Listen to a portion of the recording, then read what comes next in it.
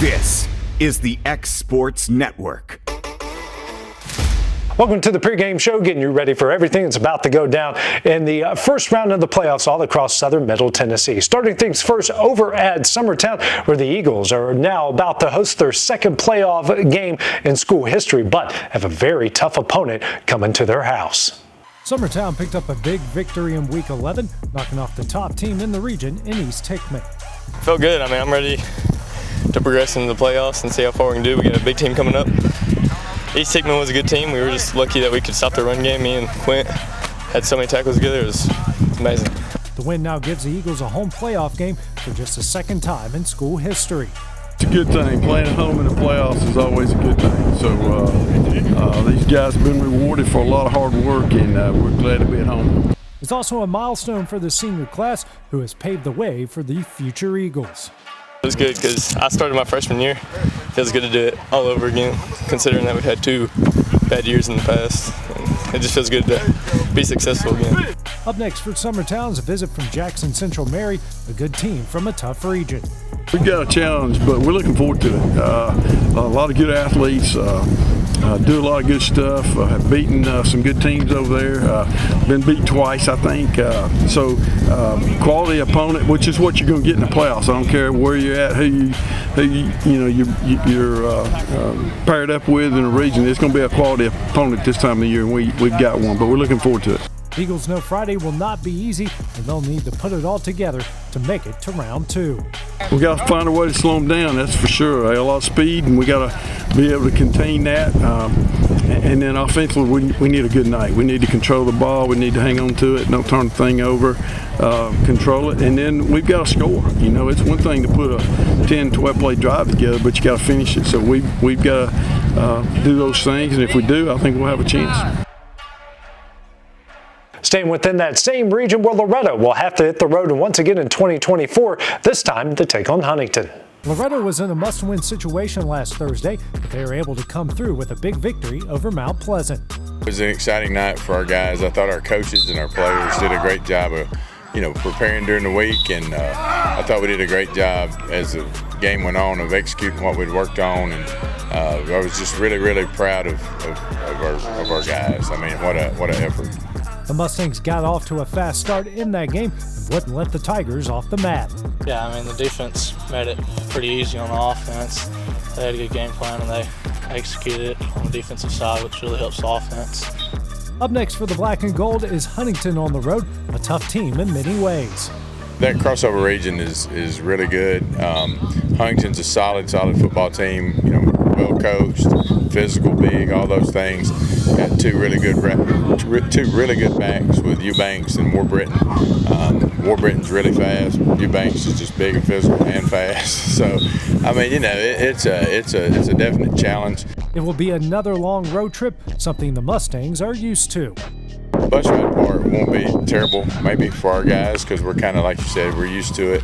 But it is a haul over there, and you've got to prepare all week and take what you have worked and put it on the bus, and then when you get there, take it off the bus and try to do the best you can.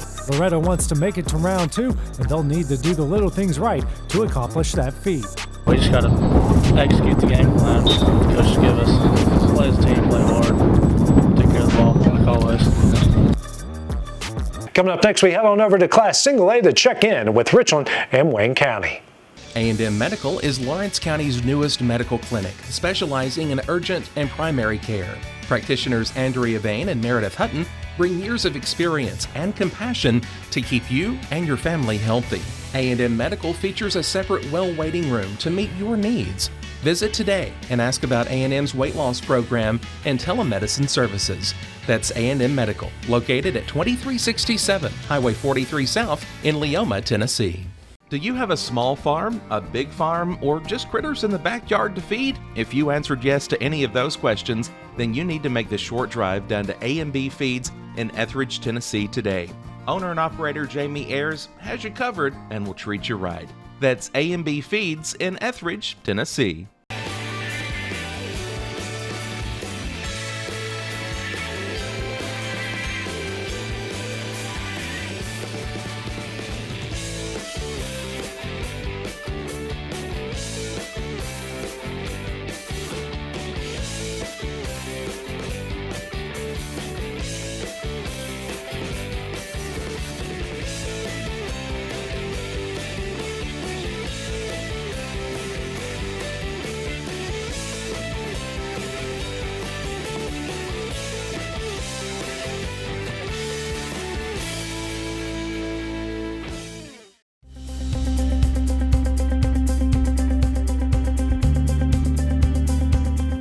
Arctic Air keeps your home or business comfortable.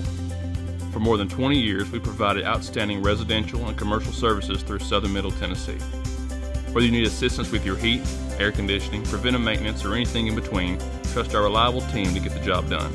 We'll take the time to figure out your specific needs and recommend what we believe is right and best for your situation. We've been using Arctic Air for over 15 years now. Their service is great, they're here when we need them, and their prices are competitive. They take the worry out of the heat and air so I don't have to. Arctic Air, when you need us, we'll be there.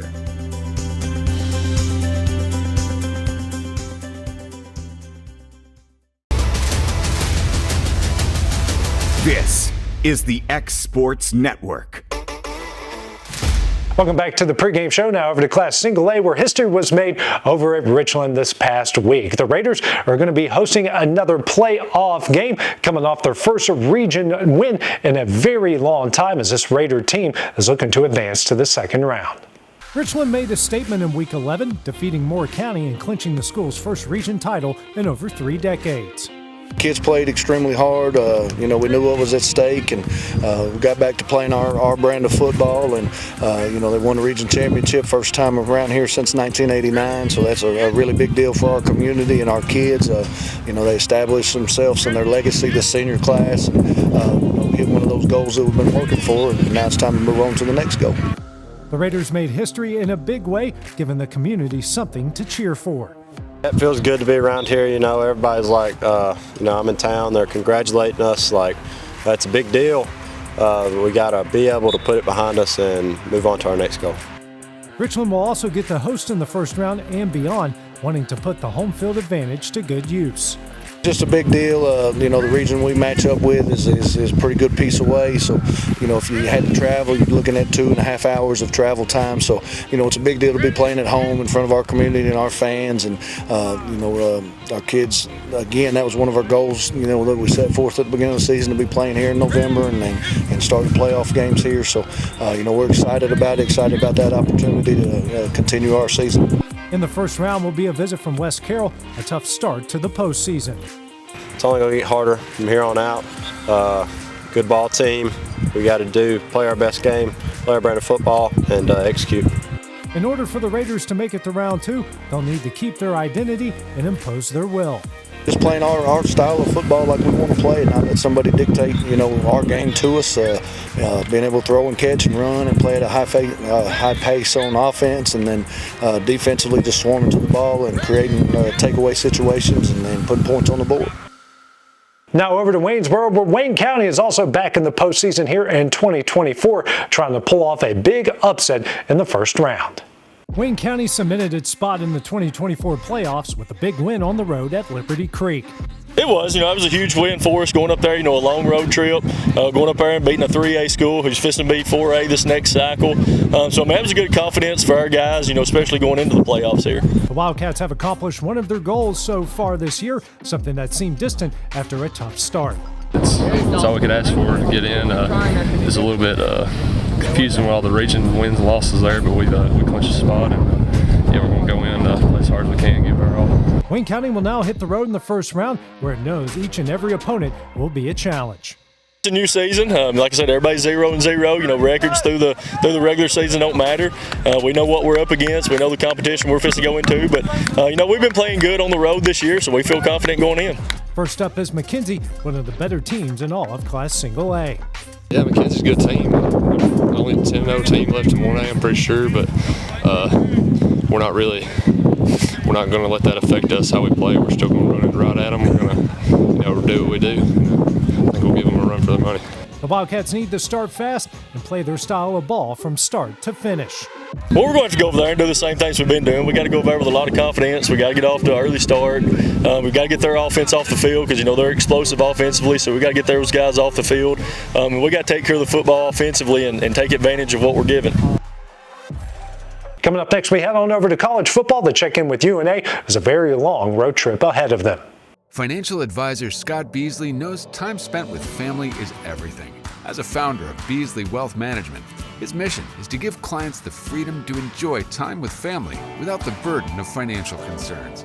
A local of Lawrenceburg, Scott deeply values building relationships with clients, ensuring they make informed decisions concerning asset management, tax planning, and retirement planning, offering a free initial consultation. Beasley Wealth Management helps clients pursue their aspirations with confidence.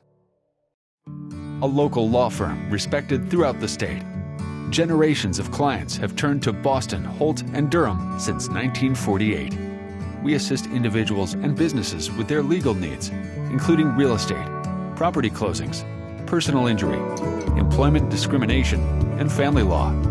Our clients get the personal attention and convenience of a hometown law firm with the resources and ability to handle any case.